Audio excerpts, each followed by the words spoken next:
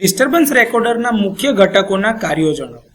તો disturbance recorder જે છે એ આપણે વાત કરીએ એ પ્રમાણે કન્ટિન્યુઅસલી જે સિસ્ટમના ડેટા છે એને રેકોર્ડ કરવાનું કામ કરે છે.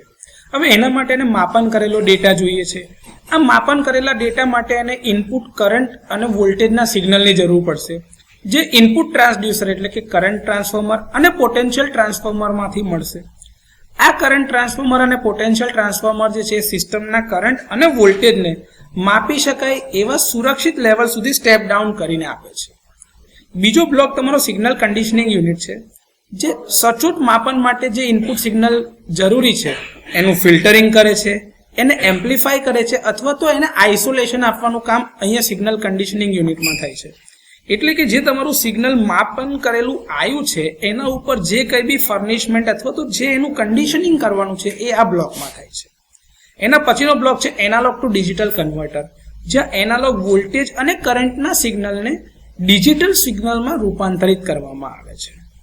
ત્યારબાદ છે ટ્રિગરિંગ યુનિટ, કે જે રેકોર્ડિંગ શરૂ કરવા માટે ઓવરકરન્ટ અથવા તો અંડર વોલ્ટેજ અથવા તો બ્રેકરના સ્ટેટસ જેવા ઓપરેશનની જેવી અસામાન્ય પરિસ્થિતિઓ શોધી કાઢે છે અને એનું રેકોર્ડિંગ કરે છે અને એનું સિગ્નલ જે છે એ જનરેટ કરે છે.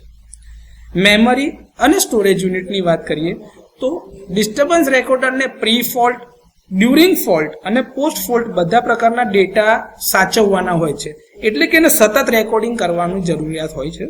તો આ પ્રકારના રેકોર્ડરને ખૂબ જ મોટા મેમરી સ્ટોરેજ યુનિટની જરૂર પડે છે.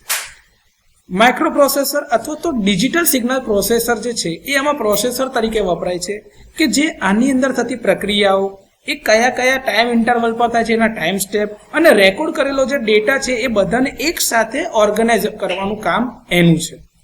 કમ્યુનિકેશન ઇન્ટરફેસ, તો કે જે વિશ્લેષણ માટે જે રેકોર્ડ કરવામાં આવેલો ડેટા છે એને કંટ્રોલ સેન્ટર અથવા તો જરૂરી નજીકના કોમ્પ્યુટર સુધી ટ્રાન્સફર કરવાનું કામ કોમ્યુનિકેશન ઇન્ટરફેસ દ્વારા થાય છે. તો ડિસ્ટર્બન્સ રેકોર્ડરના મુખ્ય ઘટકો અને એના કાર્યો અગર જો પૂછાય તો આ રીતે તમે આપી શકો.